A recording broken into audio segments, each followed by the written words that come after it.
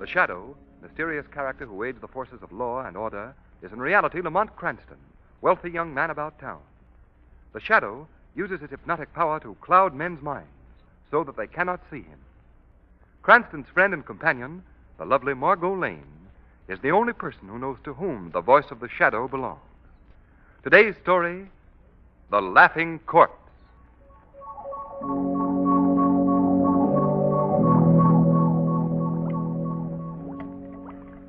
So when I see you come into the bar, I says to myself, there's a nice guy, I says. I'm a very keen judge of character. Yes, sir. So when you offer to buy me a drink, I accept. Say, by the way, mister, you ain't told me your name. What kind of a place is this you took me to? Looks like a lab or something. You know what I enjoyed? When we got into the taxi cab. Yeah, I sure enjoyed that. Driver, take us to 31 Blackwell Place. 31 Blackwell Place.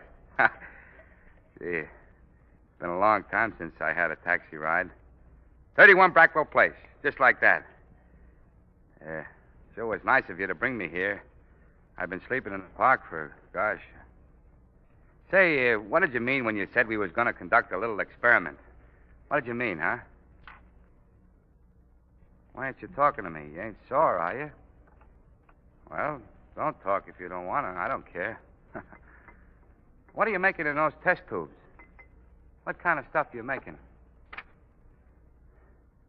Say, why are you looking at me like that? What have I done? Don't look at me like that. Hey, don't come any closer. I'm getting out of here. I'm getting out of here. It's locked. Please, let me out of here. Let me out. What are you going to do with me? Go away, will you? Hey, let go of my arm. Ow!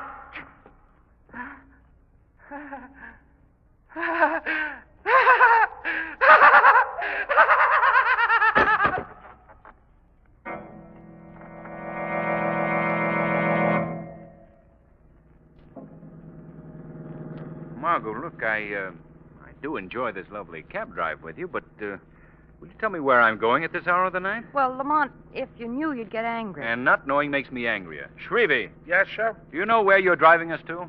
Let me see now. What was the number of that place again, Miss Lane? What was it? 31 Brackwell Place, Shrevey. Oh, yeah, 31 Blackwell Place. Oh, I'm such a stupid. We've been there twice today, and all the time I keep forgetting the number. I got to get a new memory system I got to get. What was the old memory system, Shrevey? Oh, the old one was easy. You see, like, take, for instance... Hey, watch where you're going, Shrevey. Oh, excuse me. You take, for instance, the digits 3 and 1, which is the place we're going to now. I hooks the 3 up with my kid, which is 3 years old, and the 1 I remember is by thinking how in 1 year he's going to be 4. Simple, ain't it? Elementary. How could you possibly have forgotten the address for that system, Shrevey? You know how? I got myself all mixed up with my other kid, which is 6. Oh, I'm such a stupid. Shrevey, I feel just as stupid as you do. I still don't know where we're going, why we're going to this place at 11:30 at night. Well, if you wait till tomorrow, the apartment may be rented. Shrevey, now you've given it all away. Margot, are you taking me apartment hunting at this hour? You know I hate that. Oh, but Lamont, don't you see? I wouldn't take it unless you thought it was all right. I know, but... You know how I value your opinion. Well, why didn't you tell me sooner? Well, I wanted to surprise you. Okay, I'm hooked. What are you laughing about, Shrevey? Well, I was just thinking, Mr. Cranston. I was thinking how dames could twist guys right around their little fingers. They could twist them. That'll be about all from you, Shrevey. Don't talk so much. Yes, sir. All right for you, Mr. Cranston. You're pretty jumpy tonight, Lamont. What's the matter? Oh, nothing, Margot. I'm just bored, that's all. I know. You haven't had anything to keep you busy. No criminals to track down. That's... Shrevey, why'd you stop? Shrevey! Shrevey, why don't you answer? Mr. Cranston said I shouldn't talk, so I ain't. Now, you see what you've done, Lamont? You've hurt Shrevey's feelings. I'm sorry, Shrevey. I'm in a bad humor tonight. No, you ain't, Mr. Cranston. Oh, yes, I am. Oh, here we are. This is the building, 31 Brackwell Place. Yeah, it's 31 Blackwell Place. That's why I stopped, 31 Blackwell Place. Wait for us, Shrevey. Okay, Mr. Come on, up this flight of steps, Lamont. All right. Well, this certainly is a weird-looking place. Well, that's just because it's dark. Looks all right in the daylight. Yeah.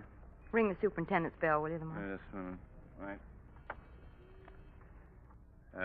Margot, won't he be angry at our disturbing him at this hour? Oh, no. He told me I could come back tonight to look at the apartment. Oh. Well, what's so exceptional about this apartment, Margot? Oh, Lamont, it has these high, old-fashioned ceilings and the most glorious view of the river. Well, Well, what do you want? Oh, you remember me. I'm Margot Lane. I put a deposit down on one of the apartments here. So what? no, he won't be angry. Well, you said I could come back tonight to look at it. I said you could come back this evening. It's 11:30 now, young lady. You got me out of bed. Well, what did I tell you, Margot? Oh, please, Mr. My name is Lascom. Please, Mr. Lascom, I know it's very inconsiderate to bother you at this hour, but couldn't we please see the apartment? Oh, well, come in. Thank you. Down the end of this hall.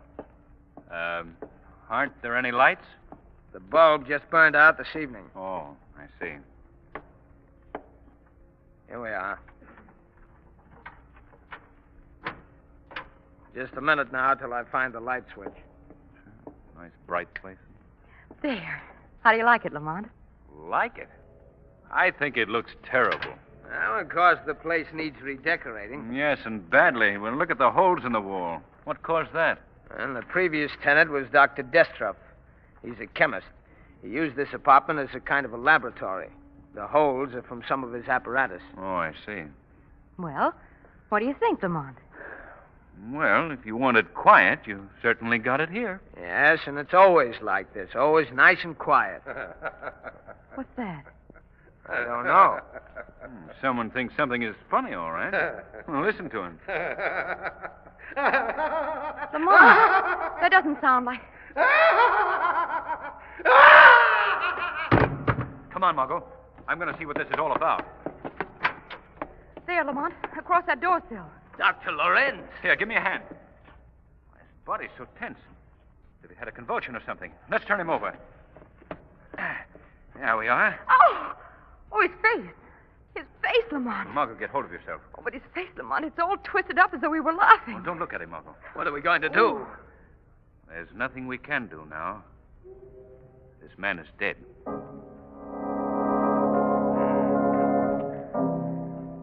What makes you think Dr. Lorenz was murdered, Cranston? I don't know, Commissioner Weston. Just a hunch. Well, there's not a mark of violence on the body. Well, if you'd heard that terrible laugh, Commissioner, you'd think something was wrong, too. Miss Lane, I'm sorry. I didn't hear the laugh. But even if I had, there's still not a bit of evidence here. Not a single clue to indicate murder. Well, Commissioner... All right. Now, you, Lascom is my name. Lascom. Now, what do you know about this? I told you nothing.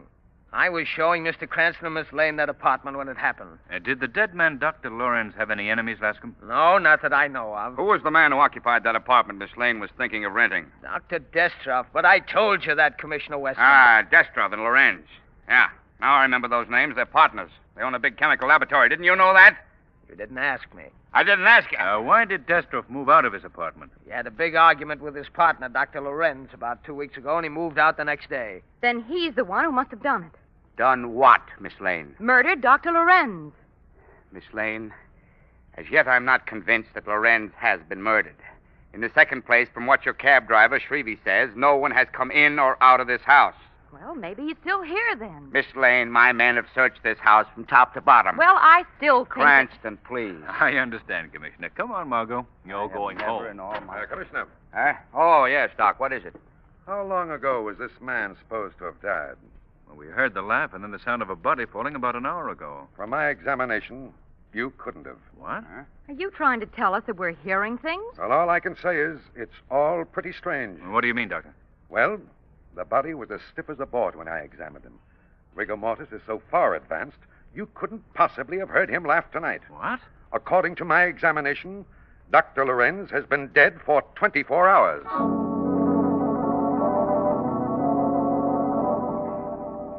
The way the medical examiner talked, you think we didn't know what we were doing, Lamont. How could the man be dead and laugh? The laughing corpse. It is pretty strange, Margot.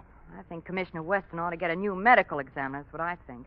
Well, Margot, you remember when I went to turn Dr. Lorenz over, I remarked that the body was stiff? And it does look as if he'd been dead for some time. But that terrible laugh, Lamont. What of that? I don't know, Margot. And Lorenz's face was contorted as though he'd been laughing. Margot, I believe it was Lorenz that we heard. Why do you say that, Lamont? And look at this. Why, it's a little box. Looks like a jewel box. Yes. Read what's written inside the cover. You will laugh, but not from joy. You will laugh, and the laugh will be the laugh of death. Lamont. I found this little box lying in the floor near Lorenz's body before Weston came. What do you suppose was in it, Lamont? I don't know, Margot. But I'm going to find out. The Shadow is going to pay a visit to Dr. Destroff's laboratory tonight. Perhaps there I shall find the solution to the mystery of the laughing corpse.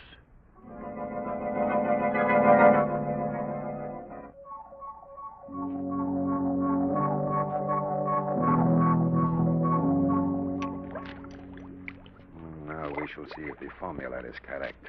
The proper catalyst. Who is there? I thought I heard the door open. It must be my imagination. It is more than your imagination, Dr. Destroff. What? Who is it?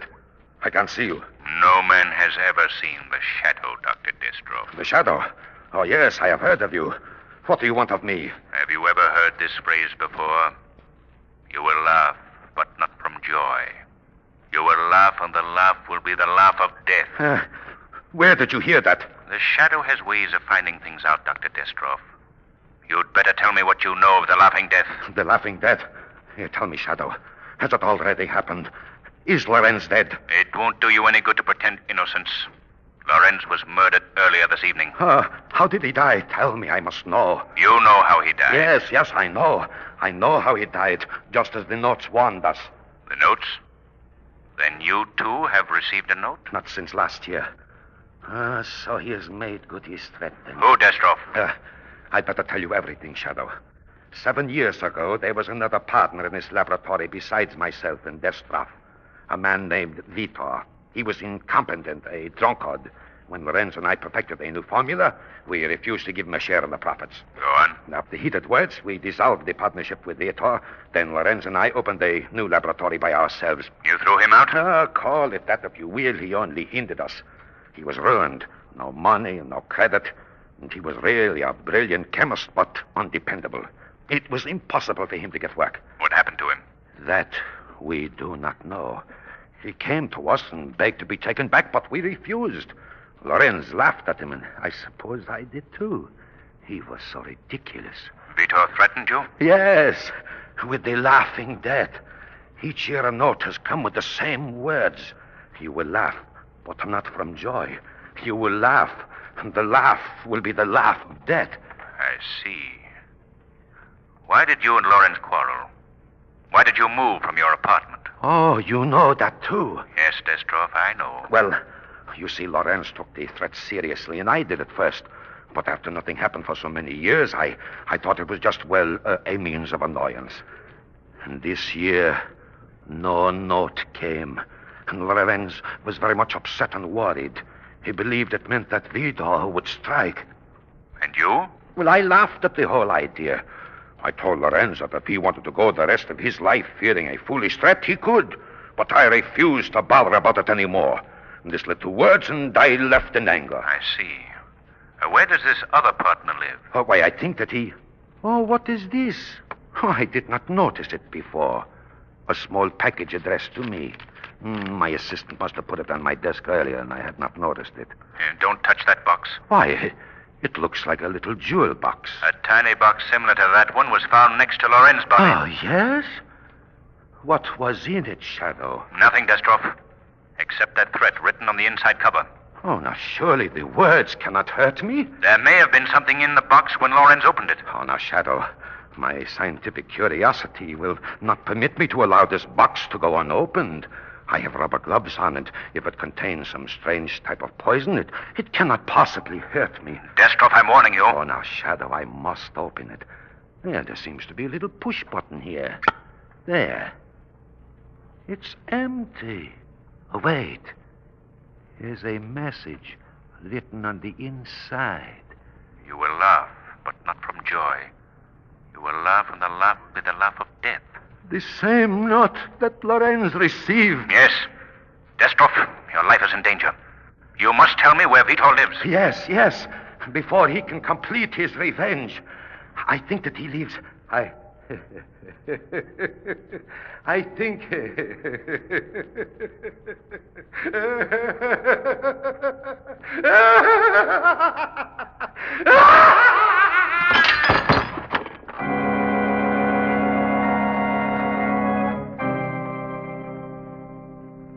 Where should I put these bundles, Miss Lane? Oh, just set them down anywhere, Shrevey. I'll put them away when the rest of the furniture comes. Okay, Miss Lane. Well, don't drop them right in the middle of the room, Shrevey. Well, you said just to put them down anywhere, you said. Well, I meant out of the way, over there in the corner someplace. Okay. Hey, what do you got in these packages? Handbills? Just odds and ends, Shrevey. There, how's that? That's fine. Now, is there anything else in your cab? Yeah, Miss Lane, a few more odds and evens. Mr. Cranston's bringing them up. Hey, open this door a little wider, someone. I can't get through. All right.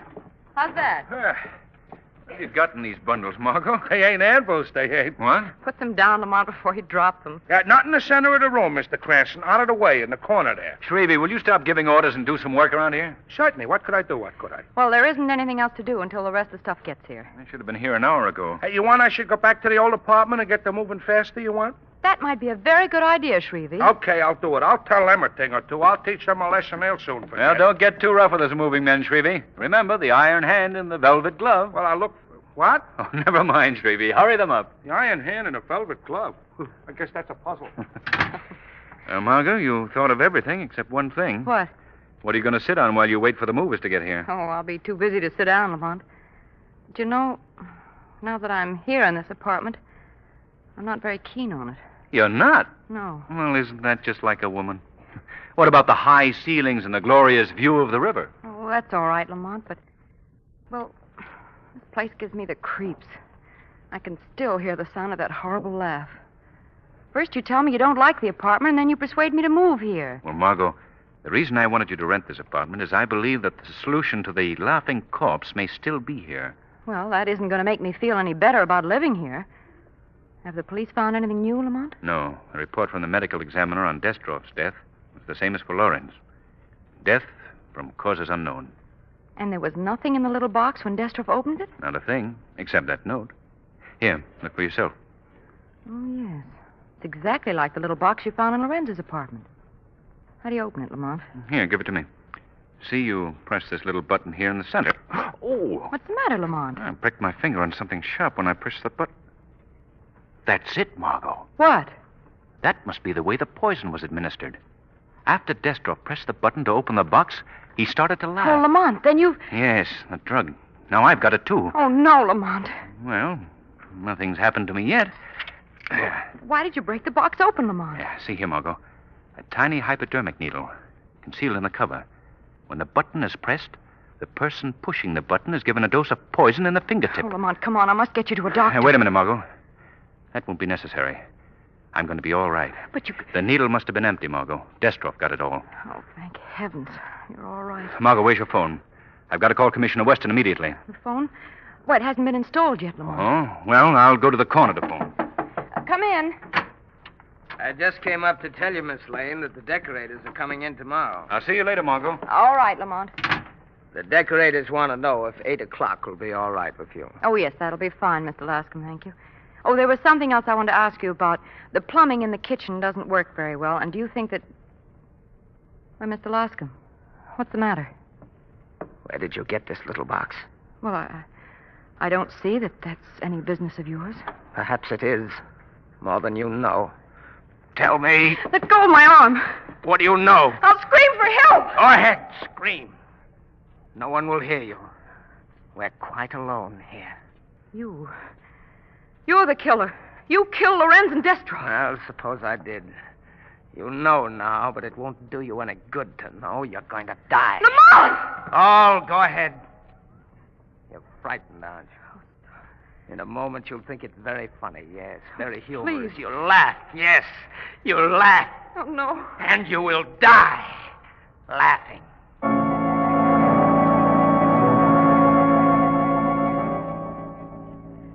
Oh, please, Mr. Lascom.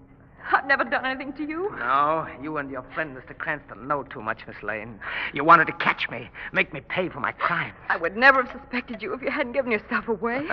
That's most unfortunate for you, Miss Lane. What do you mean? You see, I brought you down here to my laboratory in the basement to kill you. Oh, no. Don't be unhappy. You laugh as you never laughed before. Oh, you can't. I'm preparing my secret formula. The laughing death. Oh, no, now, please. one for you and one hypodermic for your friend, Mr. Cranston. Please, I promise I'll never say anything. Too bad I can't believe that. Oh. It won't do you any good to try to get loose. I took the precaution of binding you very tightly. Now everything is ready. No. No, don't come any closer. Prepare yourself, Miss Lane. It won't hurt very much. And you'll be so happy. So happy. You will laugh and laugh and laugh, and then you will die. What? Something knocked the hypodermic needle from my hand. This is the end of your evil work, Lascom.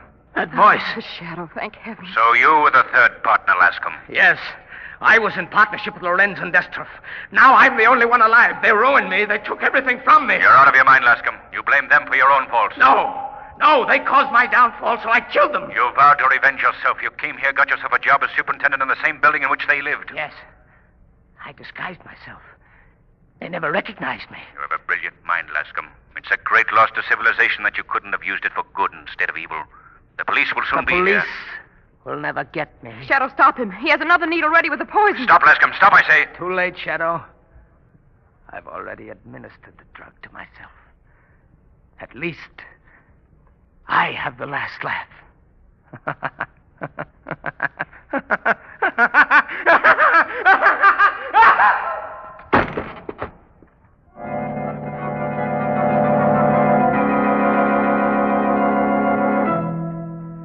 So you see, Margot, the plan was devilishly well executed. Well, how did you know where I was, Lamont? When I came back to the apartment after calling Weston, you were gone.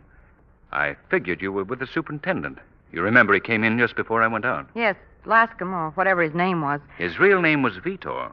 Well, Vitor disguised himself and took the job here as superintendent of the building so he could watch his enemies, Destroff and Lorenz. That's right, Margot.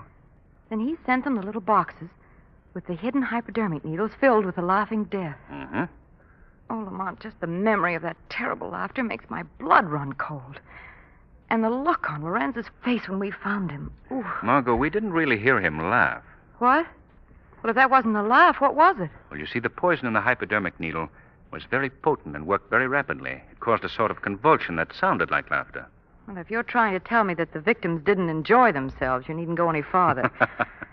Is that why the medical examiner thought that Lorenz had been dead for some time when he examined him? Yes, the poison caused a sudden contraction of the muscles, a sort of pseudo-rigor mortis. What? Pseudo-rigor mortis. Oh. If you think I understand what you're talking about, you're crazy. I'll answer it, Margot. Hello, Mr. Cranston. Hello. Hello, Shrevey. Oh, Shrevey, is everything all set? In the bed. Yeah, yes, Miss Lane, all set. Oh, come on, Lamont, let's go. Go where? We're going to look at a new apartment for me. New apartment? Well, you don't suppose I'm going to live in this place after what's happened here? Yeah, we're moving. What, again? That's the same thing I said, Mr. Cranston. Ain't women... Shrevey? Well, Miss Lane, I was only about to comment, ain't women wonderful? I got out of that one all right.